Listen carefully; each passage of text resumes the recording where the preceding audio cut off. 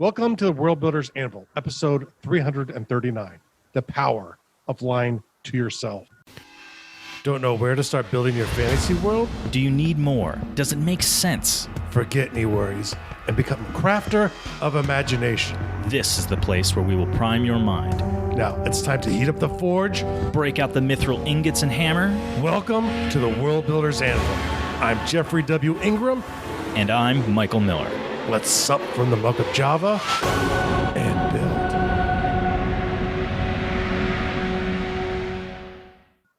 Welcome back. As good, bad, and ugly as always, I'm Jeffrey W. Ingram. And I am James McFuffin. I've been here for every episode. Or am I just lying to myself and to you? Well, he's lying to himself when he doesn't call himself Mike. I am Michael Miller. So this one's interesting, and I feel like we're going to get not quite meta is not the right word, but we're certainly going to get a little psychological on this one.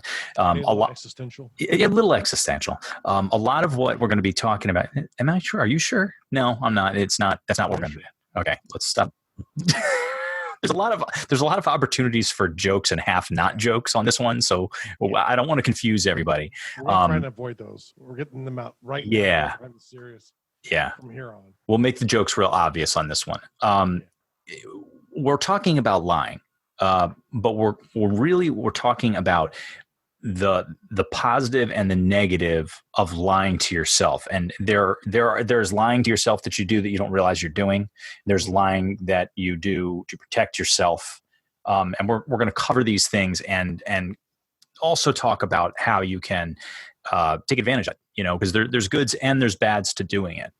Yeah, most definitely. And it's great to be aware of this because, trust me, marketers are aware of this. Mm-hmm. This is how marketing is created, is they're trying to use your ability for you to lie to yourself to get you to say yes to their product. Even if the product, there's something that's good and wholesome and will do what they think it will do, there's still games that they play with your mental state, your ability to lie to yourself to market to you. So it's just a good thing to know about. So we've got a whole bunch of show notes here, and I want to make sure that we keep ourselves on task. Some of it is, Jeff and I talked about this before we got going, but this was actually, this was one of my rare genius ideas.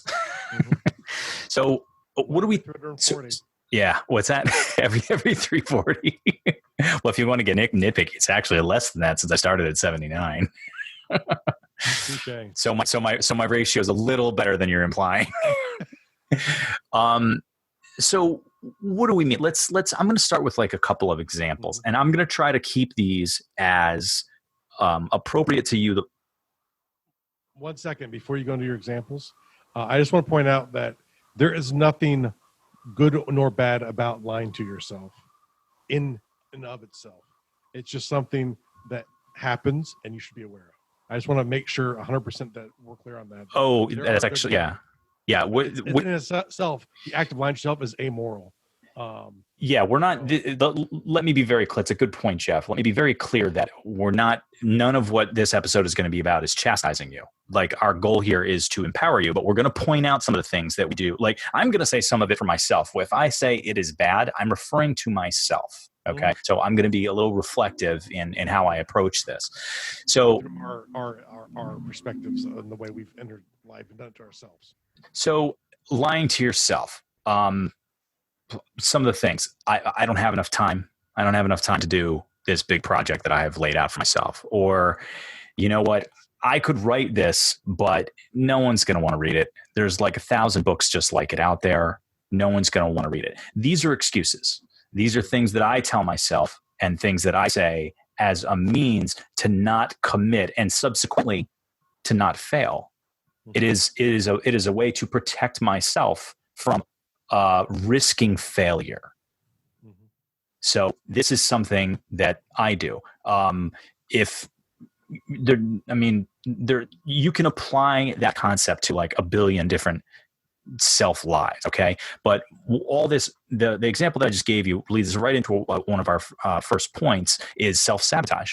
Like, sure, you might fail. Sure, I might fail. Mm-hmm. But you're going to like, it's one of my all-time favorite quotes. It's a Wayne Gretzky quote. You're going to miss 100% of the shots that you never take. Mm-hmm. So if you don't take a shot, you missed that one.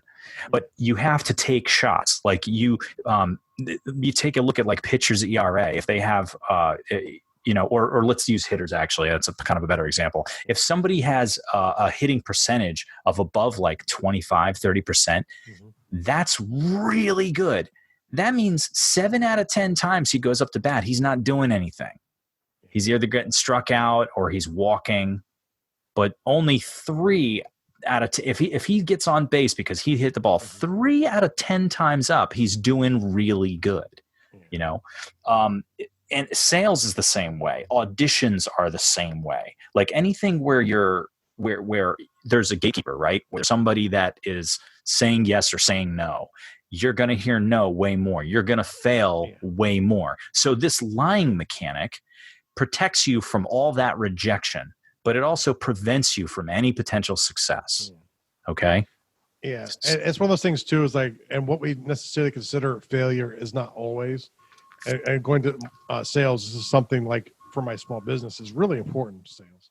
And one of the things that I learned, which I needed to learn because I always sucked at sales because I was like, oh, I suck at it because I ask people like 9 out of 10 times I'm told no. And I learned an amazing fact where to get a sale, you need to have on average 7 touch points with the individual. Mm-hmm. So I have to make contact and interact with someone 7 times on average to get them to give me money.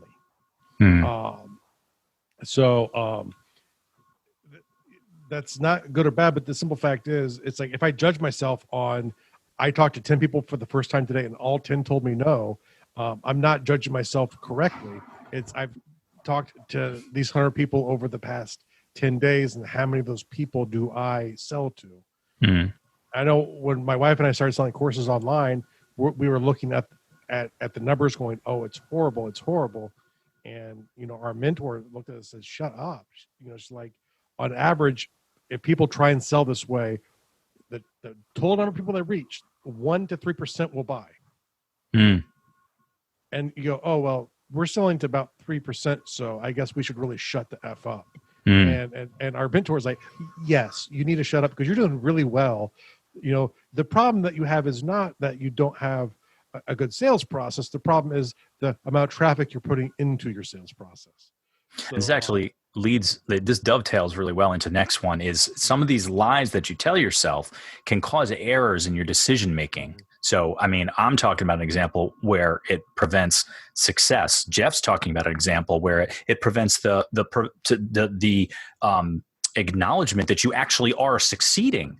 Like in his example, he was actually establishing the small business in an appropriate timeline, but he wasn't seeing it because all he was focusing on was the lying, or not the lying, but the rejection. So the lie that he could have been creating for himself is that, wow, we're failing here, and then that is going to be what he starts making decisions based on.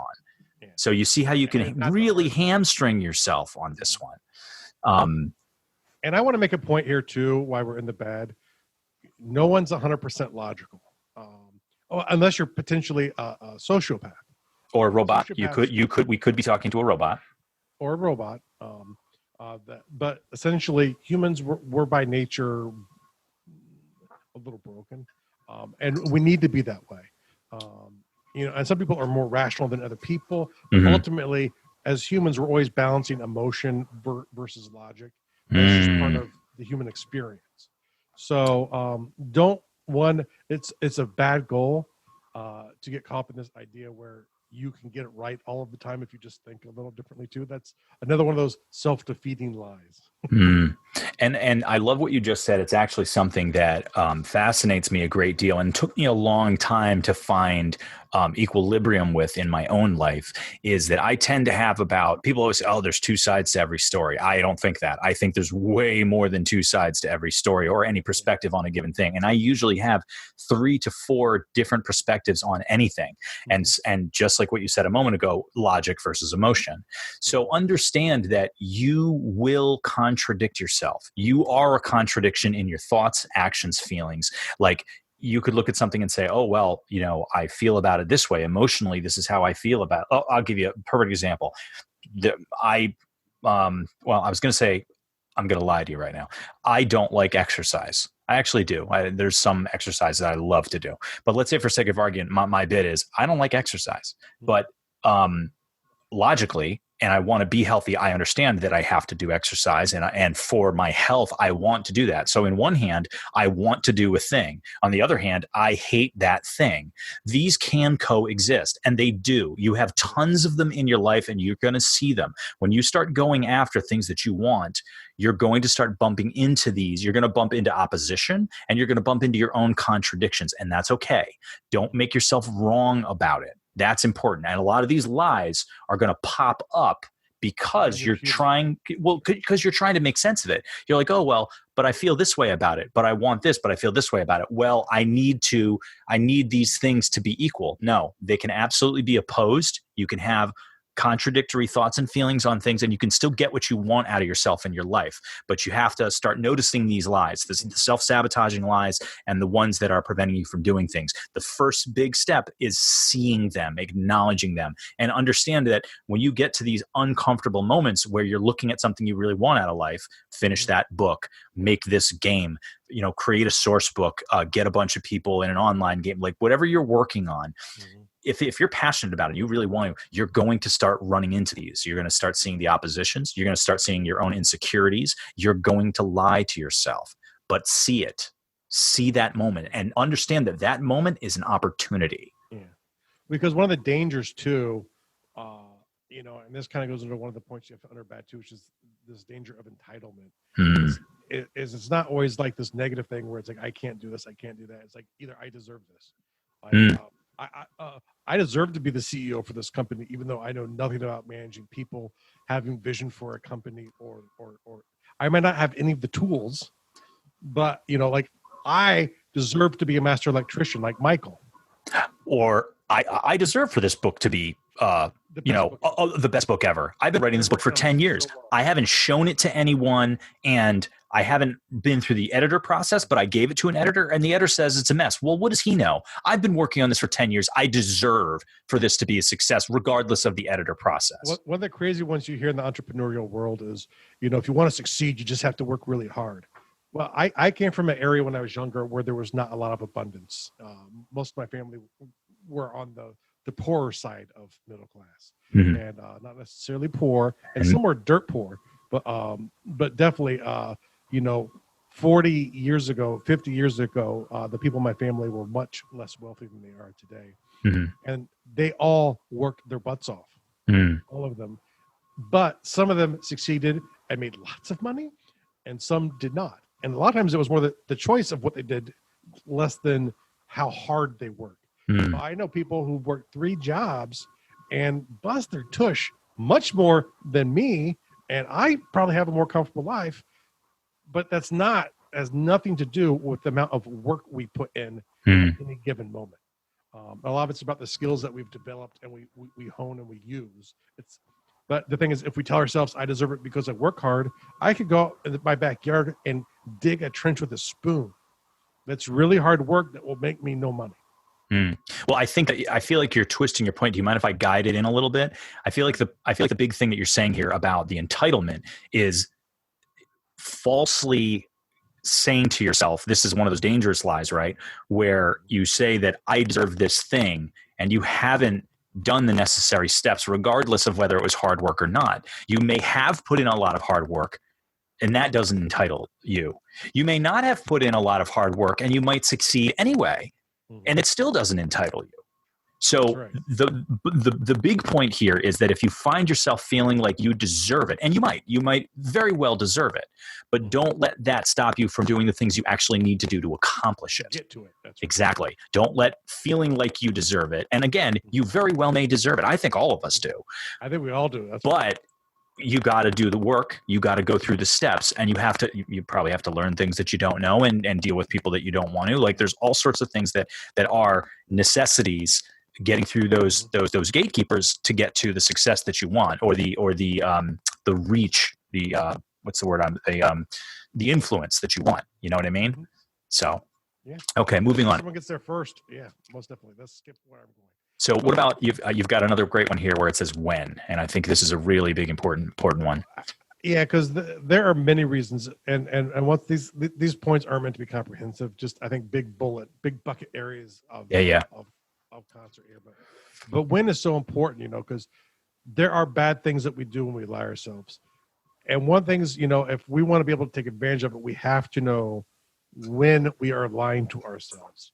And once again, I don't believe these things happen in absolutes, but a lot of times when we get trapped in those thoughts where it's all or nothing,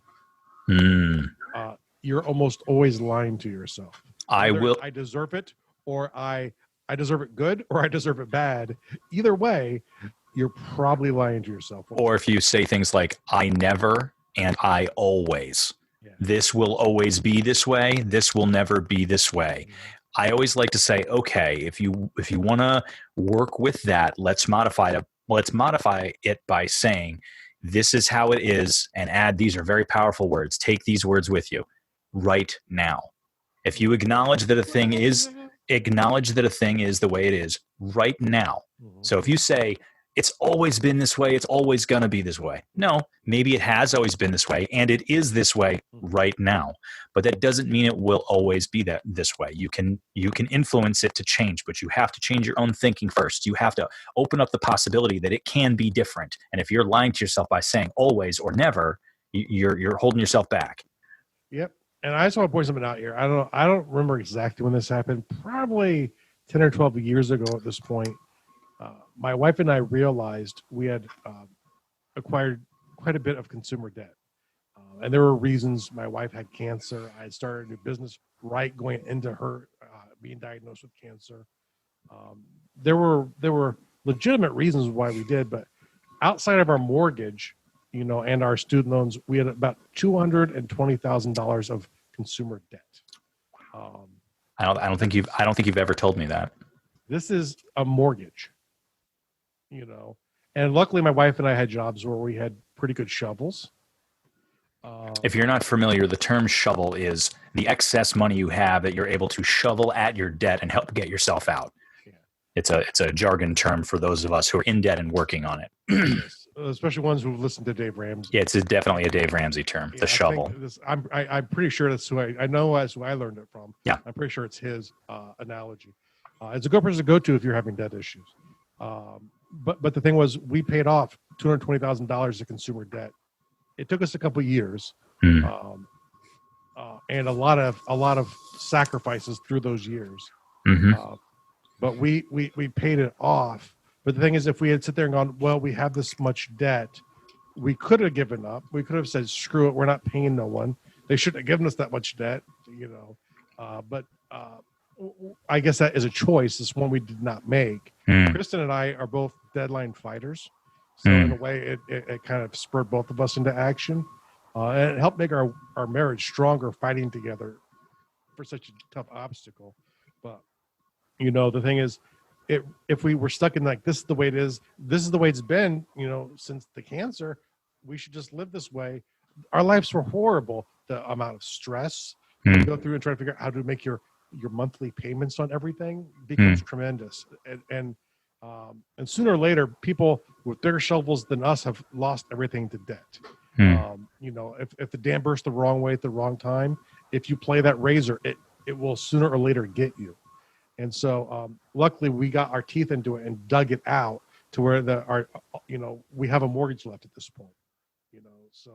And it's much smaller than it should be at this point. We're not rushing to pay it off because our interest rate's really low, but we are still paying it off. So, that frees us up to make other choices in our lives. But the thing is, if we'd stuck with the party line of, well, it's the way it's always been. We've always had debt. We're always gonna have debt. Yes. Then we let the debt control us, and it forces it into the bad column. Because the irony is, all these statements that we're saying when we're lying to ourselves can lead us to the bad or to the good. And we start focusing on the bad sometimes when we understand when we lie to ourselves, we can learn how to turn it into our advantage. Or another way to say it, instead of saying the bad and the good, which is pretty simplistic, but more accurately, is the resigned column versus the empowered column. So you can be resigned about things and have those lies that you're telling yourself hold you in the position that you're in and prevent you from getting where you want to be. Or you can lie to yourself in a positive way and be empowered by, it's kind of a mind trick, right? We're talking about a programming trick. Mm-hmm. All right. Are we ready to get into the good? Do we have any more bads, or are we ready to turn this around and tell people how to? The two things I want to talk about really quickly is Okay. One, a lot of times we lie to ourselves and we don't always want to prevent ourselves from lying to ourselves. That's a bad goal. Like if something really traumatic happens to you, sometimes your mind will create a lie to protect you from what just happened. Oh yeah, no doubt that lying to yourself definitely has a protective function. Absolutely. And it's the cognitive dissonance that Michael talked about before, where sometimes it's our brains trying to mirror up holes that it doesn't know. So like our vision will try and fill in holes. If you can't see something, that will fill it in. Your brain does the same thing, and those are really lies that we're telling ourselves, and they're natural functions of human nature. So yeah, let's kick into the good now here. All right, so now the first one. So this is all about empowering you, right? So our goal is not just to say, oh, by the way, you're lying to yourself and slap you on the wrist for doing so. We want to turn that around and make it a superpower. We want to turn it into a skill, because here's the thing. All these lies that you've been telling yourself, you've been developing a skill without even really thinking about it or realizing it, but now you can harness it, right?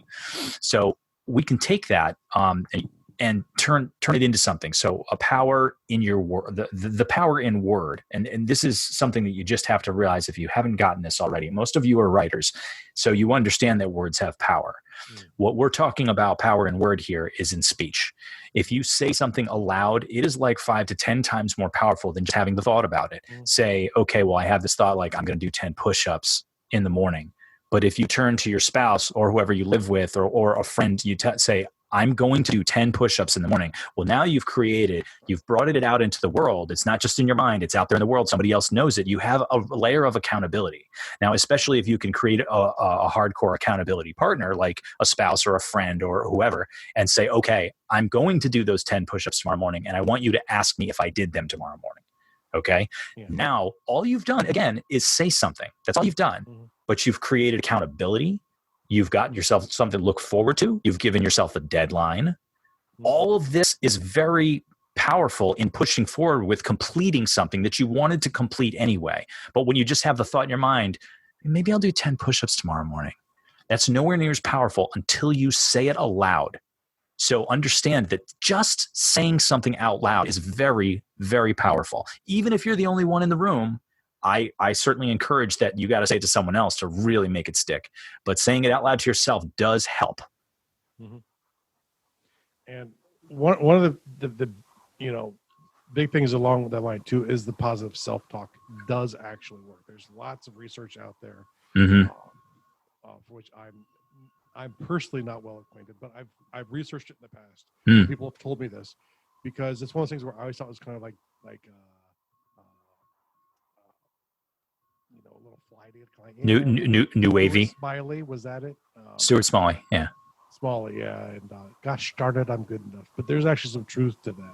There's a lot of truth to it because and this is one of the big things that I'm a huge proponent of. It's one of the a program that I've been neglecting to get on. Is a lot of it is about positive self-talk. It's and we talk about it with writing or whatever. Acknowledge yourself, or say, hey, maybe you're not a great writer right now, but maybe you wrote a good sentence today. Be like, yeah, you know what? I wrote a killer sentence today, or I wrote a great scene today, or man, I made a great character today. Acknowledge yourself. And here's the successes along the way. Yeah. But also that's feeding into that positive self-talk. I don't want to steal your thunder, but that works right into a thought. Do you want me to keep going, or do you want to keep going? Okay. So in that positive self-talk is one of our first positive, empowering power lies. I'm going to call them power lies. I love that term. It's a power lie. So, right, this is like a power you can give yourself. So every day I want you to be doing these things. If there's something that you're not good at that you want to be good at, if it's something that you're not good at that you're working to be good at, then tell yourself that you're good at it. Maybe you're not great at it yet, but you're going to be. But don't beat yourself up because you're not there yet. Start lying to yourself. There's a power in the whole concept of fake it till you make it. Here's when it comes to like self-confidence, I'm going to tell you a little secret about one way that it can work for people who don't have self-confidence. If you walk into a room, right, and it's a room full, say you're walking into a party, there's no one there that you really know, and you don't have a lot of confidence, it's hard to walk around, and you might not feel comfortable talking to somebody else or introducing yourself, or even walking around the room. You're like, well, I don't know where I'm supposed to stand or where I'm supposed to sit, or am I allowed to go get hors d'oeuvres, or do I bring money to the bar? Or do they serve me? Or I don't know how this room works or what's going on. So that's one way it can occur, right? But let's say that same person is giving themselves the power of lying to themselves and simply saying, I'm going to walk into this room as though I own the room. Mm-hmm. Not only do I own the room, but I own the building. I own all of it. So I can walk wherever I'd like to, and I can say hello to anyone with strong confidence in the way I carry myself because I own the building, right? So that's a small lie you tell yourself, but if it gets you to be what you're shooting for, strong, confident, comfortable talking to new people, then that's a small lie you tell yourself, right? Now, I don't want to encourage, because there's also a danger in doing this, I don't want to encourage you to lie to yourself in a way where it could potentially be damaging to others. We never want you guys to be negative or, poorly influential to others. But if you can lie to yourself, say, you know what, I'm a strong person. I'm a strong person. Say you're not. Like, we'll get back to the exercise bit. I'm a strong person. Well, you can extrapolate that lie. So what does a strong person do? Well, strong people work out every day. Like, they don't remain strong because they're just strong naturally. They work out every single day. You know what strong people do? They eat right. Well, if I'm a strong person, I need to eat right. And I need to work out every day because I want to be able to say I'm a strong person and continue being a strong person. So you're not actually that strong person yet. But now you've programmed yourself, you've given yourself criteria by saying I am a strong person, and then extrapolating, well, what does a strong person do? I am a strong writer. Well, what does a strong writer do? A strong writer writes every day. They allow time in their schedule to write every single day. Not everything they write is great. Getting back to Jeff's percentages, maybe 30% of it's really good. Maybe 70% of it is garbage. Well, that means you're going to spend 70% of your writing time writing junk. Maybe but that writers figure out which percentage you're in. Right. But the point there is that you got to put the time in. And you have to empower yourself to commit to that time. If you're still at step one where like you're not writing every day and you're not doing the writing that you really want to do, then you have to say to yourself, you know what, I'm a good writer. I'm a strong writer. And strong writers, they write every single day. Then you got to write every day because you're a strong writer. Yeah. It's actually a good story to feed off of this. Go. Actually, I think it was from the Small Learning book. I'm not 100% positive. But he was talking about this guy, the writer was talking about himself. He's like, I used to look out my window, he lived like rurally somewhere. And it's like, you'd always see these guys out, working out and throwing footballs around and going and doing all this stuff. And just like, these guys are just so naturally athletic. It's like, oh man, that's crap. These guys, it's just unbelievable. Yeah, they're really good at football, but it's just, look at them. They're just so talented. And then one day it hit him. He's like, wait, I watched them do this all of the time. They are doing these actions. Yeah. I'm actually seeing them because they practice all of the time doing these actions. And it's like one of those things where when he realized what he was saying, that he was lying to himself and was preventing him from doing any workout, that, well, gee, maybe I'm not actually athletic because I'm sitting here in my window watching these guys do all the workout stuff all of the time. Yes. That might have something to do with it. So, yeah. But I'm a big fan of the lie positive self-talk. Like, there's a lot of people out there that suffer from the ability to talk positively about themselves. So if you have to lie to get there, then that's okay. If you got to look in the mirror, and that's a positive. And I'm not talking about where you're doing it as a means that it is like a self-denial thing where you're looking yourself in the mirror and you're saying, I'm good looking, and you think you're hideous, or I'm thin and you think you're fat. You know what I mean? You have to say something that still works a little bit. It doesn't have to be so contradictory to what's embedded in your mind right now. You're just good enough. It can be. Like if you are a presence enough of mind that you're going to create your new paradigm, which is really what we're shooting for, right?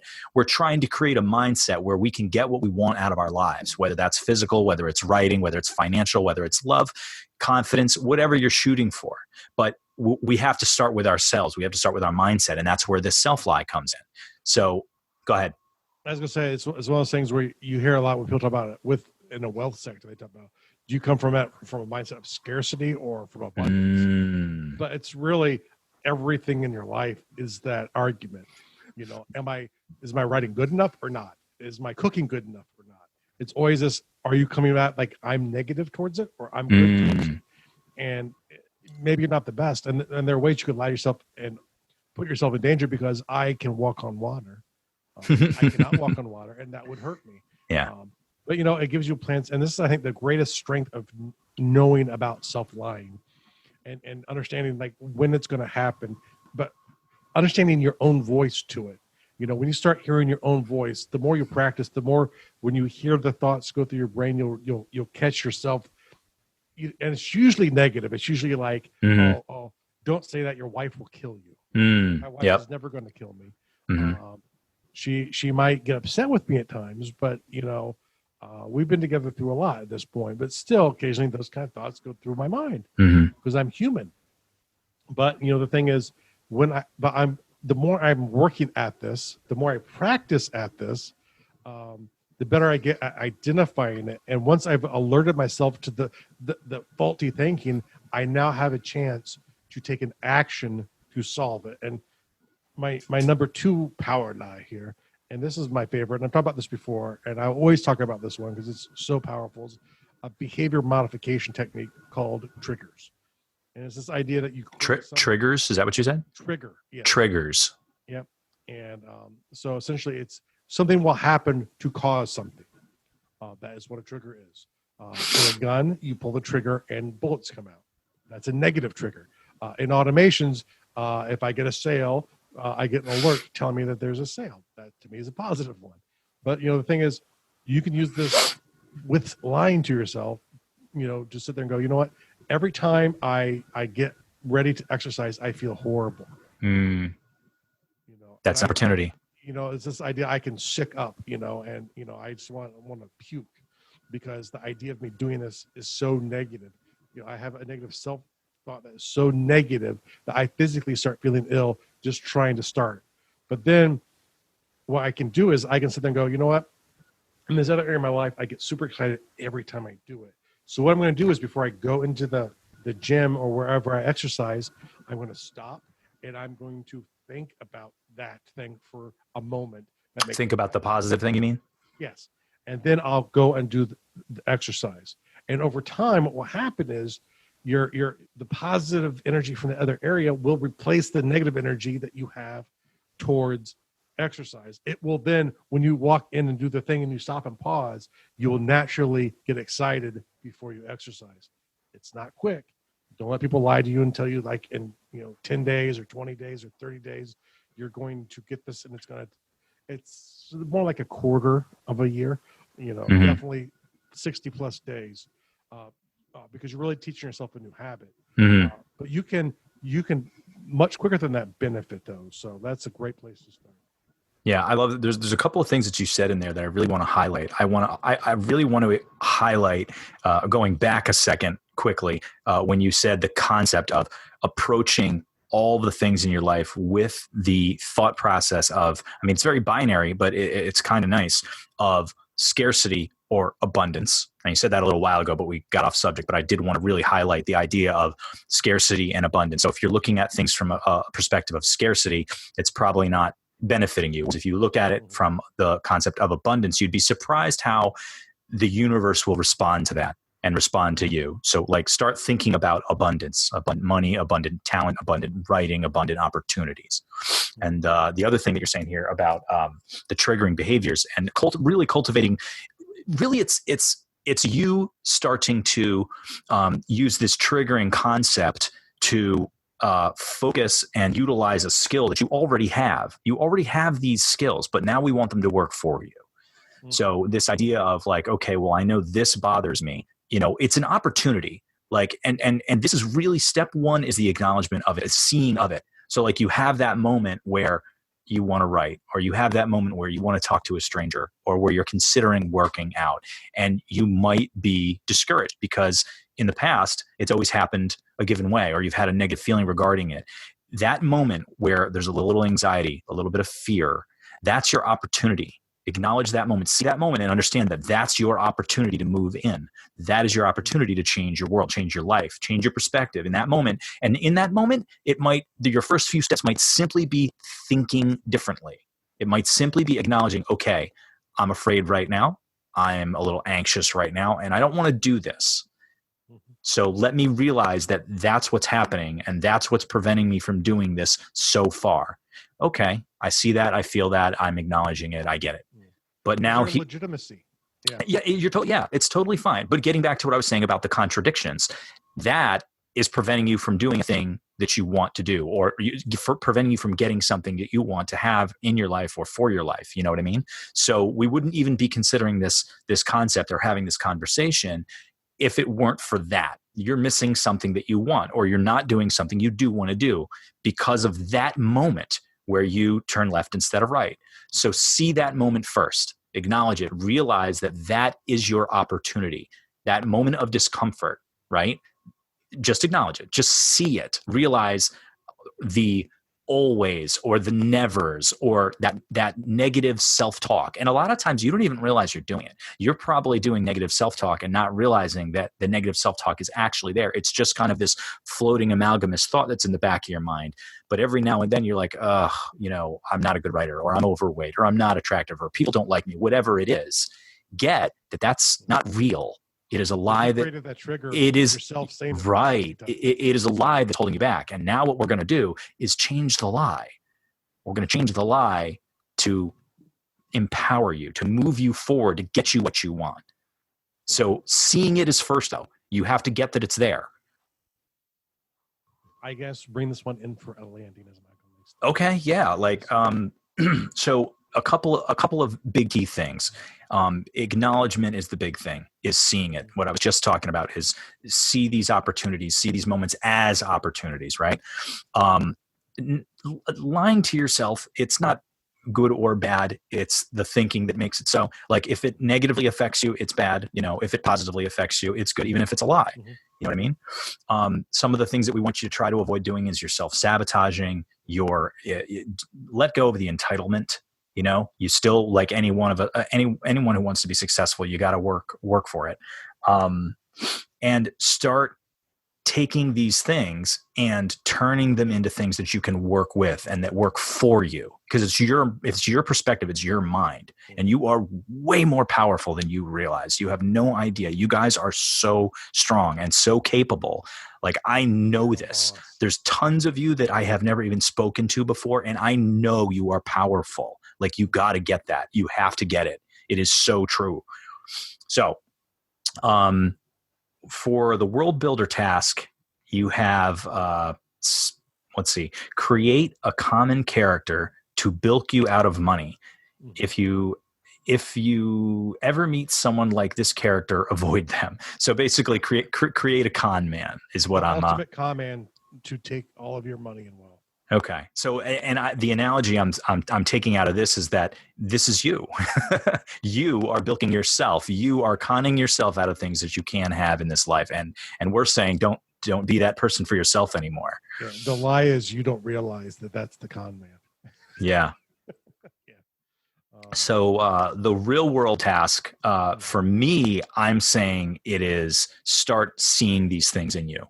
Start seeing these lies that you have for yourself. Start acknowledging that they're there, and start understanding once they start coming in that you have the power to change it, that you can modify that and use it towards something that makes you stronger, better, faster, more, whatever you want out of your life. Mm-hmm. But go ahead. That's a good one. I was hoping you were going to say do my laundry, but you are also welcome to do Jeff's laundry, though I would not recommend it. You probably want to steer clear of that. I've seen his socks walking around the house by themselves with no feet in them. In doing my research, I ran into a new book I've not read yet called The Triggers Creating behaviors that last, becoming the person you want to be. Triggers creating behaviors that last, becoming the person you want to be. Mm-hmm. Now, if you want to go to Amazon.com, buy it. There'll be a link in the show notes. But I would advise go to Audible. You can get 2 free books if you sign up under our link.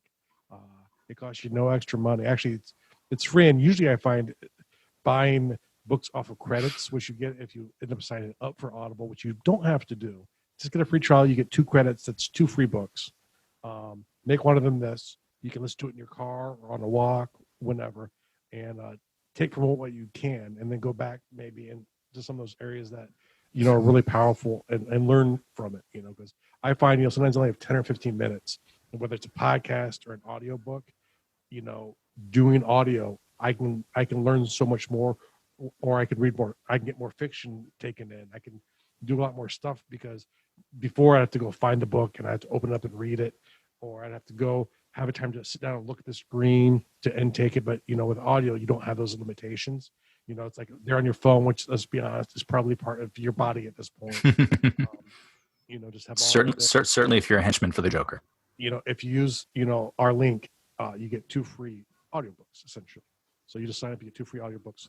We get a little kickback from Amazon. So you can stick it to the corporations at the same time, folks. Stick it to the corporations by getting 2 free books. It'll help support the authors. It'll help support the show. Win-win. Win-win-win-win-win. All right, guys, thanks for tuning in. And I believe in you guys so wholeheartedly. Bye-bye. Thank you so much for listening to the World Builders Anvil. We would love it if you would share the World Builders Anvil with 2 of your friends. And so would they. If they are unfamiliar with podcasts, then you get to introduce them to the wonderful world of podcasting. Take them to Stitcher or iTunes, or best of all, just send them to our website, www.gardul.com. That's GARDUL.com. Now strike while the mithril's hot.